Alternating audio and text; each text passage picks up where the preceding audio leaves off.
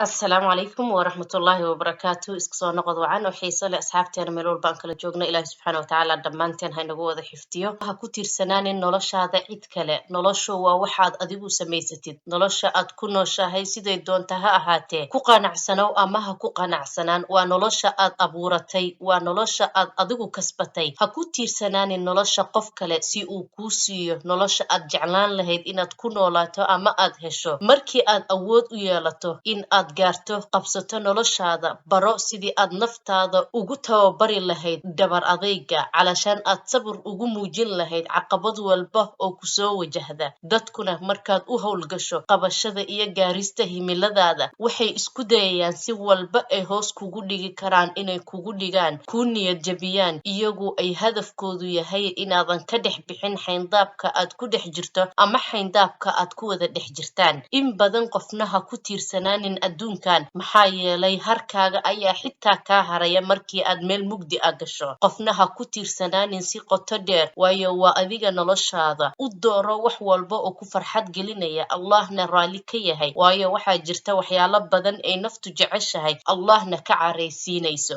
dooro wax adduun iyo aakhiraba aad ku liibaanaysid una noolow nolosha aad jeclaan lahayd inaad ku noolaatid noloshaada ha kuu ahaato priority-ga iyo muhiimadda koowaad isna ahow adiga farxadaadana waa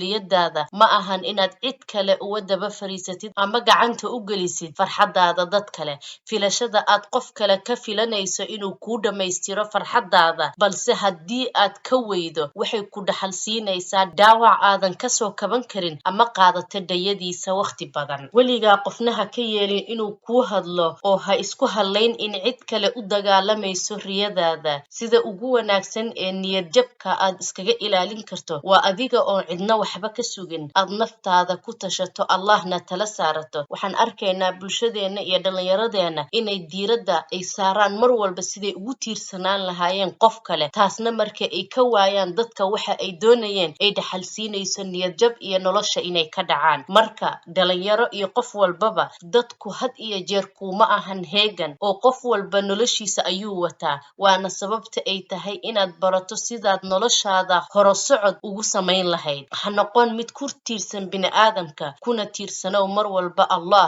almu'minu alqawiy khayrun wa ahabbu ila allah min almu'min addaciif wa kullun fihi khayr mu'minka qawiga ah ee wax qabsanaya ee hal abuurka leh ee dadnimada leh ee dadka anfacaya ayuu ilaahay ka jecel yahay mu'minka daciifka ayo gacanta dhiganaya haddana sidaas ay tahay labadaba maadaama dad mu'miniina yihiin ee ilaahay rumeeye ay yihiin waa kuwo khayr leh oo labadooda yacni mid walba khayrkiisa ayuu wataa uu leeyahay 30 sano ayay Soomaaliya ku tiirsan tahay dawlado kale aysan ka faa'iideysanaynin ama aysan aaminsanayn khayraadka ku dhex jira oo iskugu jira dad iyo dunyaba dhalinyaro ha aaminina in aydan waxba qabsan karin awoodiina iyo aqoontiina kaga faa'iideysta dalkiina wana faa'iideeya dadkeena qofka kaliya ee ku siin kara amaano nolol degan nolol qurux badan noloshaad ku taamaysid noloshaad jeclaan lahayd inaad ku noolaatid waa adiga adiga u howlgal allahna tala saaro waxaan idinka tagay aniga Khadra Ali ah fi amaanillah assalamu alaykum wa rahmatullahi wa barakatuh